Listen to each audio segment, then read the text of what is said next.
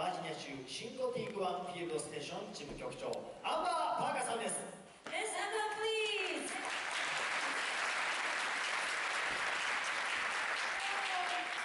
Konnichiwa. Konnichiwa. Thank you very much for having me today. It has been a pleasure to be in your country for just a few days. My name is Amber Parker. I'm the Executive Director of the Chincoteague Bay Field Station. And we are located in the United States of America and in Virginia, which is on the East Coast, right on the water.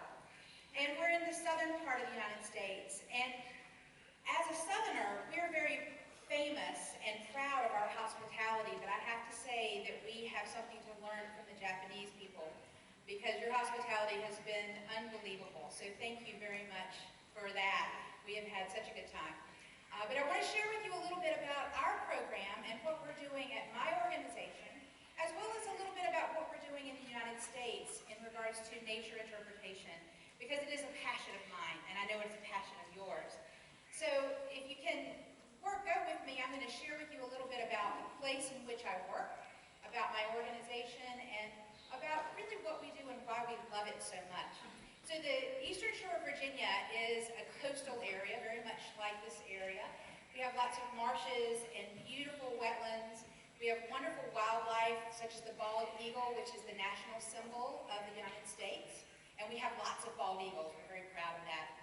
Wonderful beaches and wildlife that is in abundance.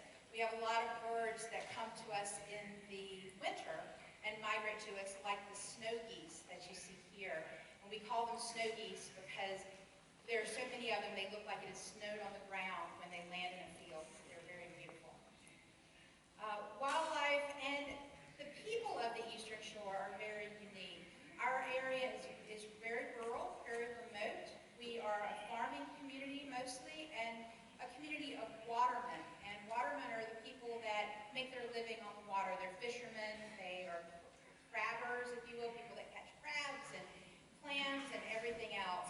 And we're very famous for our seafood, and I know you love seafood, so you'll have to come and have some of ours someday. We're also quite famous in our area for the Chincoteague ponies. And these are wild ponies, herds of wild ponies that live on the barrier islands off the coast. And they have been there for hundreds of years.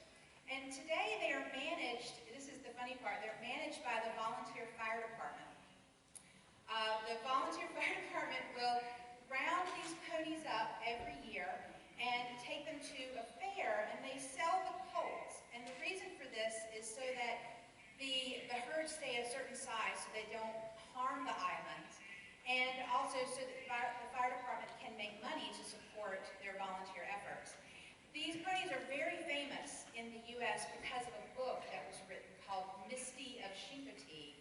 And it was a children's book, and just about every child in the United States has read this book and has fallen in love with the wild ponies of Chincoteague and comes there to get a glimpse of them. So they are very famous.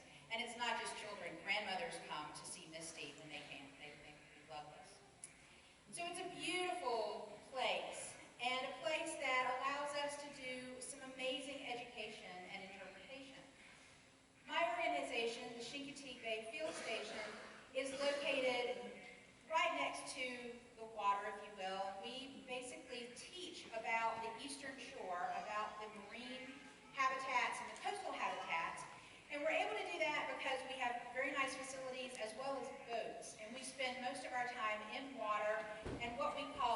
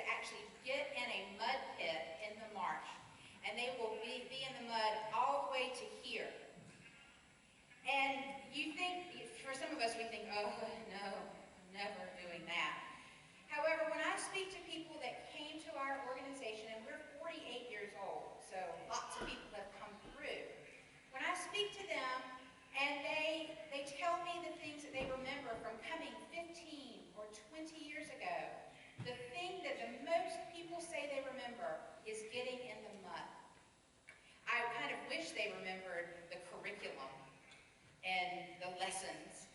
But really what they remember is the immersion in the environment. And that speaks to me. That tells me that everything that we do really needs to be hands-on, feet wet, because that immersion is what really teaches them. So they do that everywhere. We have amazing staff in my organization. Now I am in charge. However, I still teach alongside a lot of these really young, bright, vibrant people. And I teach because I love it, and I don't want to stop teaching, even though I have to sit behind a computer and make sure that the budget balances. These people do everything. Our staff teach on boats. They know how to work with our boat captains. These two young ladies have just brought up a butterfly ray, and the children will do this as part of the activities. We'll see that in a minute. As I said, we teach all ages. And so one of the things that we do is work with retirees. We have people that come, they're retired, they have, time to spend, and these folks were out bird watching with me on one of our boats, having a great time and learning, and then being able to take that back home to their families. We have a lot of universities that come to us, and their faculty do very good science with their students. These folks are about to drop an instrument in the water that will measure all sorts of parameters, salinity, conductivity, oxygen levels, and so forth. And so science happens, good, hard science happens. But we also believe that people learn about nature not just through science, but through arts. And so we try to give those students all the opportunities to do that. We also believe that families learn best together. So we have really integrated a lot more family programming that allows families to come, to put their phones away, to put the computers away, and to focus on learning together. Kids come for summer camps and spend time in the water, learning skills like kayaking and so forth. And they are able to spend a week immersed in that experience. It's really wonderful. And have fun. And make silly costumes. These are children in what we call our Sea Squirt camp. These are very young children. They are 6 to 8 year olds. And they're doing, this staff member would get their attention by saying, they would make a shark by saying, fins up. And they would have to put their hands over their head and make a shark. And so they're showing you how they pay attention. We explore every way we can. On our boats, we're out there, we're throwing a trawl net and then bringing it in and being able to look at the marine organisms that are under the water. We are studying, as I say, with hard scientific instruments, and we're learning a lot. And we make a huge difference, and that's what's so exciting to me. The gentleman that you see here is a science teacher at a high school. He's been bringing students of his to us for about 20 years. He's just retired. The interesting thing, though, was that he came to my organization as a summer camper, as a child, and became excited about marine science.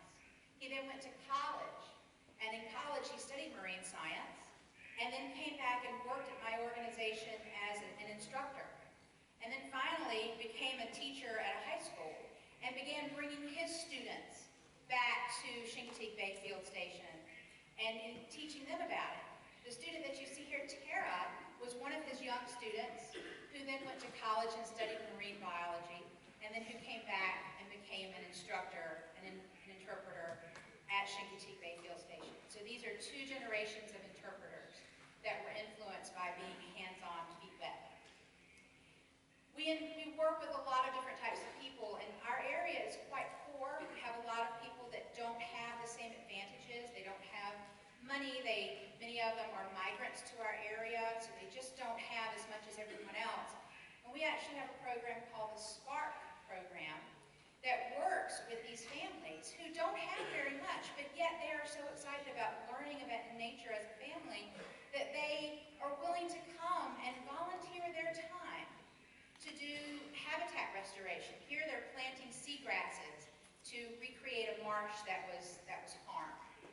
So these are families, that again, they don't have much. It is amazing to me that even though they have, sometimes not enough food at home, they're still excited about coming out and doing something for the environment. That's a powerful statement. And families. I keep going back to families. I believe, and we're seeing it more and more, that we get more and more families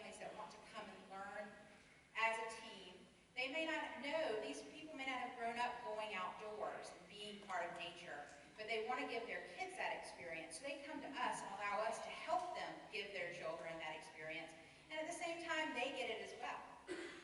We also work with people, we have programs for people that may not normally come to a nature program. You know, there are people that would say, I don't want to go learn about insects, I don't want to do that, but I love to make baskets.